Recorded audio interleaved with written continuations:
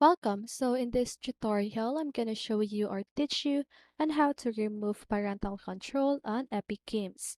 So if you want to know how I did it, just keep on watching. So first of all, you want to open your browser and search for epicgames.com. And then after that, just go ahead and sign in your account.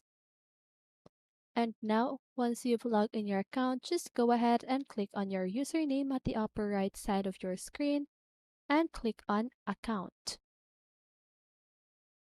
Okay, so now let's just wait.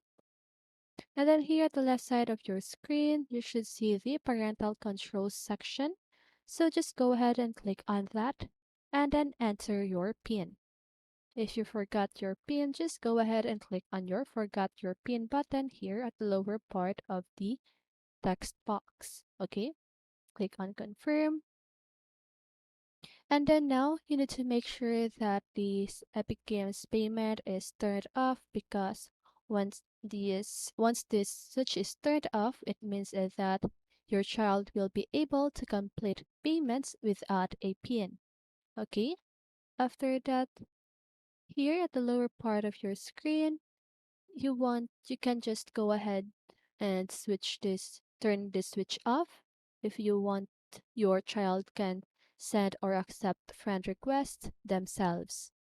Okay, here at the Epic Voice Chat permission, if you want your child can voice chat with any player, just go ahead and choose everybody. And here at the Epic Text Chat permission, if you want your child can text with any player, just go ahead and choose everybody. And here, if you want your if you want text chat won't be filtered for mature language, just go ahead and toggle the switch off. And also here in playtime tracking report, you won't receive weekly playtime tracking reports, okay?